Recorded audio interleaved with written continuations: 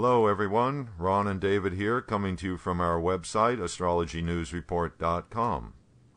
Now we look at the upcoming planetary patterns and predictions, what's in store in the heavens for April 27th to May 4th and beyond.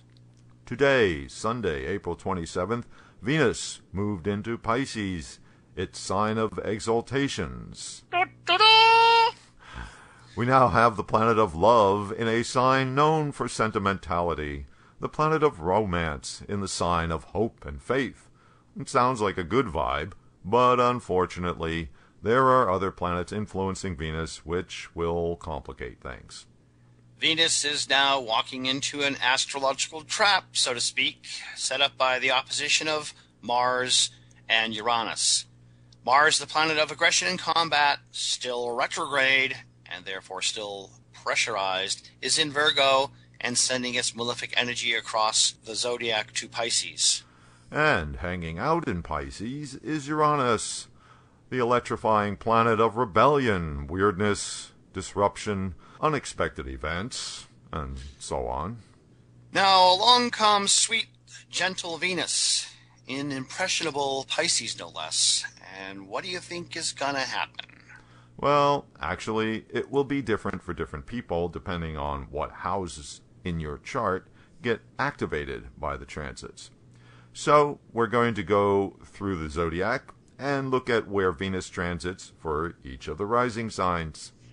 Okay, for Aries rising people, Venus, a pleasure planet, will transit in the 12th house, the house of expense and loss, but also hidden actions and bed pleasures. Sounds like an opportunity for some closeted indulgence, but watch out. With the influence of Uranus, things could get out of control, and Mars attacks from the 6th house of enemies. Venus is also the planet of advice and advisors. Please avoid the counsel of anyone you are not 100% about. With malefics on Venus, the 12th house signification of loss through bad advice is really a risk here. For Taurus rising, Venus will be transiting in your 11th house of friends and associates. Venus is naturally a very social planet, and the electric energy of Uranus should put some extra zing into the party. You may find that a certain friend harbors unexpected ardor for you. Now, that could be a good thing at times, but having a retrograde Mars aspecting from across the way in the 5th house of romance jams things up a bit, and actions are tinged with frustration. If you are a Gemini rising person, then the Venus plus Uranus combo is in your 10th house of actions out in public, your career, and relations with your boss if you have one. Venus in this position increases your devotion to your career, and when augmented by the energy of Uranus, could indicate a spontaneous romantic liaison at the workplace. But again, watch out. Mars retrograde, transiting in your 4th house, provides a conflict from your domestic situation and adds tension, stress, and the potential for unintended consequences in that area of your life. For people with Cancer in the ascendant, exalted Venus comes together with Uranus in their 9th house of good fortune, belief systems, fathers and teachers. It's a good setup for some unexpected luck, but the weirdness of Uranus gives an eccentric, unreliable tilt to it all, and with Mars in its pressurized retrograde condition, opposite in your 3rd house, you could undo the good stuff through your own actions. Or there could be opposition from 3rd house people, those who are close to you. Leos get a setup which affects the 2nd and 8th house axis. Venus and Uranus combine their energies in the 8th house of metaphysics, chronic problems, big changes, and the partner's money. Exalted Venus may promise a windfall to you or your partner, but with Uranus, the results may not be what you were expecting. And with retrograde Mars aspecting from the 2nd house of family, there could be friction with the family members due to the new financial situation. Virgos must use caution at this time, since retrograde Mars is transiting in your 1st house of self and body. The planet of action transiting in the ascendant while retrograde means that your actions will tend to backfire. Opposite in the 7th house, the exalted Venus with Uranus combo impassions your partner for something exciting. But be careful, because this setup is prone to create relationship dynamics that can spiral out of control really easily. For Libra rising, Venus and Uranus are in the 6th house of debts, disease, enemies, employment, and struggles. Venus is the planet of value, of what things are worth, and luxury goods. It would be wise not to go into debt because you bought something pricey. With a retrograde Mars in your 12th house of loss and aspecting Venus and Uranus, this is likely to leave you with buyer's remorse. In the job area, Venus and Uranus, while opposed by Mars, can create unexpected problems with female coworkers. If you are a Scorpio, the Venus-Uranus conjunction falls in your 5th house of love, creativity, entertainment, speculation, and children, if you have any. Venus exalted in the house of romance with the planet of sudden events gives the potential for infatuation, something that Scorpio is known for anyway. But with the aspect of retrograde Mars, it may not come out as expected. Your 11th house could be a source of frustration. The relationship with children will similarly be full of ups and downs. This would not be a good time for speculation and investment.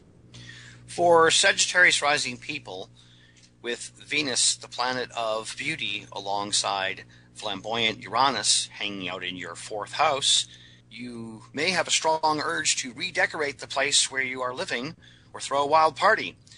Get some new and interesting art in the house or apartment. This is probably in response to being quite aggravated at your career due to retrograde Mars creating mischief in your 10th house. For a Capricorn, the Venus-Uranus combo is in your 3rd house of skills, desires, and self-efforts. Not a bad setup to learn something new in a creative way, perhaps inspiration for the start of a new project. Problem is, a retrograde Mars, aspecting from the 9th house, brings a potential streak of bad luck, or the opposition of father or guru. Pushing too hard to get things going can result in blowback. An Aquarius person will host the Venus-Uranus mix in their 2nd house of money, materiality, and family. Venus is exalted in Pisces, and Venus is a significator of money. So obviously it is quite good to have Venus in the 2nd house. But Uranus brings in the unexpected factor, which, when aggravated by antagonistic Mars from the 8th house of partners' wealth, could make it more of a debacle than a gain. Although Venus usually promotes good feelings in the house of family, when it is also under the influence of 2 malefics, the situation can quickly deteriorate and turn into something undesirable. And last we come to Pisces, where the issue is front and center, up close and personal. Venus conjunct Uranus is transiting in your ascendant, the house of self. This combination tends towards a certain degree of self-interest, the need to make an appearance. Just keep in mind that having a retrograde Mars in the 7th house of partner, aspecting your 1st house, is going to be problematic for maintaining harmony in any relationship. Keep in mind that these are all general indications. How it affects your personal situation depends on the details of your natal chart. The new moon is on Tuesday, April 29th at 14 degrees Aries. This marks the beginning of the Hindu lunar month Vaisakha, named for Vaisakha, the nakshatra of the full moon, which will be on May 14th. Vaisakha is the lunar sign of victory, symbolized by the triumphal archway, the army returning from a successful campaign. So this lunar month has the energy of new beginnings, of setting goals and going forth to achieve them. This new moon will also be a solar eclipse, an annular eclipse, meaning that the disk of the moon does not completely cover the disk of the sun. Eclipses on a new moon have the effect of weakening the month's energies. Therefore, this lunar month is not as auspicious for new beginnings as it would be otherwise. And besides, Mars, the ruler of Aries, and therefore the dispositor of the new moon's energy, is still retrograde, as well as opposed by Uranus, which adds in more detrimental factors. That is correct, David. The strength of the month's energy is dependent on the strength of the ruler of the sign of the new moon, in this case Mars, which is in a bit of trouble this month. By the way, the eclipse won't be visible except in eastern Australia and parts of Antarctica. Most of the inhabited world won't even know it's happening. Moving on, next Sunday, May 4th, Mercury will leave Aries and enter Taurus. After enduring the influence of Mars for just 2 weeks, Mercury escapes into the sign of the Bull, ruled by Venus. Since Venus and Mercury are friends, and Taurus is not under any malefic influence from other planets, Mercury's significations will improve after this week. Compared to Aries, Taurus is a lot more practical and conventional, with material values, but until May 4th, Mercury will continue to suffer, both through its Parivatana Yoga with its enemy Mars, as well as from Mars's 8th house aspect. Important communications with others are therefore best delayed until after May 4th. That story about the NYPD reaching out to the community through Twitter and thousands of New York residents responding with embarrassing photos of New York City cops, that's a classic case of a backfire for communications. Good example, David. And everyone should be careful of how they communicate for this coming week. Thanks for visiting astrologynewsreport.com. Now on to segment 3 of this week's show.